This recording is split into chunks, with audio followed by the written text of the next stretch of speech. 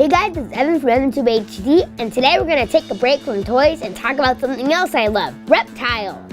We're partnering up with our friend Brian from AnimalBytesTV to bring you an all-new mini-series. Each week we'll feature a new animal and show you how to take care of it. So let's see what Brian has for us today. So guys, I want to share some really cool animals with you, okay? And we're going to start with this one right now. Do you guys know what this is? It's a bearded dragon. Exactly, a bearded dragon. And what's this bearded dragon's name?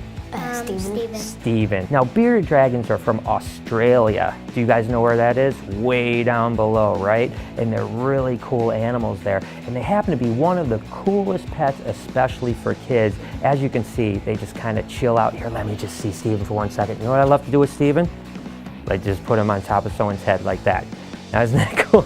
Now, he's going to actually chill out and hang out on your shoulder or hang out on your head all the time. When you're handling these guys, you got to always practice really good hygiene though. So after you handle them, make sure you wash your hands and stuff like that with any animal, but especially bearded dragons. And these guys like it really warm because they're from the parts of Australia that get really hot. So when we talk about the setup, we're going to go ahead and talk about what we can do to keep these guys really healthy and happy. Now, Steven's only about 6 or 7 months old, so he's going to get about twice that size as an adult, and it's going to live probably good 10 or 12 years. So it's going to be a really long-term pet for you guys. Do you have any idea how many animals I have that I work with? Probably a lot.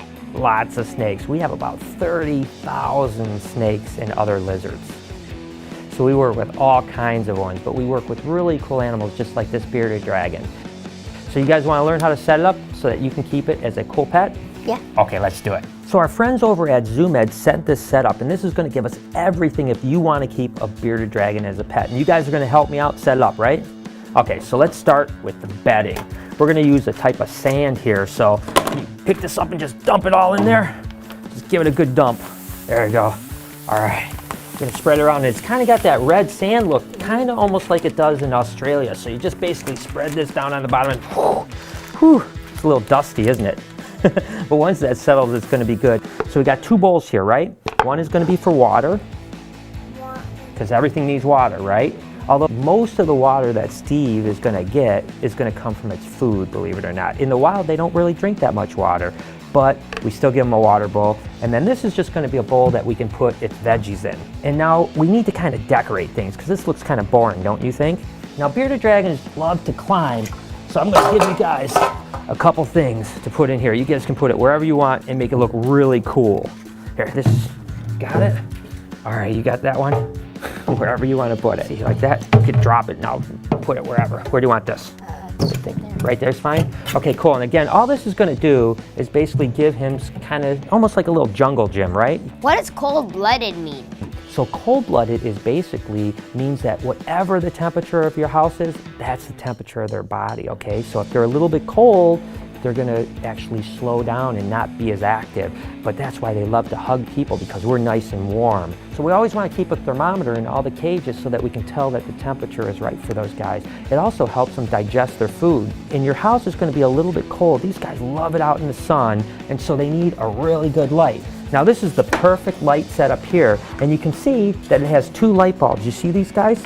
This one's a weird looking light, right? This is actually what they call a UVB bulb, and that basically is just like the sunlight, because lizards need UVB to metabolize their vitamins, which basically is just a fancy way of saying they turn their food into really healthy stuff, right? And then this is just going to be for actual heat, so that they heat up really good. And that's just going to go on one side of the cage like this, and it's really good to have the branches in the area where he can climb up real close to light and get really warm, or go to the other side and get really cool. What do bearded dragons eat, and how often? Most reptiles don't eat a whole lot. Once a day is plenty for this guy. And when it gets to an adult, it might only eat 4 or 5 times a week, believe it or not. So every day we're gonna give it some fresh vegetables that are gonna be really mixed up. And what we're gonna do is we're gonna powder it with this stuff right here, which is Reptile, okay? And that's gonna just keep it nice and healthy so that it grows, its bones stay strong.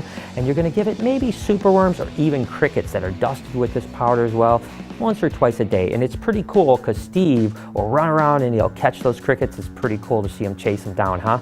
Do bearded dragons come in different colors? They come in a bunch of things that we call paint jobs, okay? Which is basically just means that they can come in red, they can come in yellow, almost a purplish. Believe it or not, some of them even are lacking all their scales. and they call them silky bearded dragons, and they look real smooth and weird looking, but they're pretty cool. So you can basically get a bearded dragon that fits whatever needs you want, whatever pretty animal you want, right? This is how easy it is to keep a bearded dragon, and what's really cool is that you don't have to take it for a walk every day, you don't have to take it outside if you don't want, and if you're allergic to dog fur, you can always have a bearded dragon. So if you want a really cool pet that's going to hang out with you just like Steve here, I think a bearded dragon is a great choice.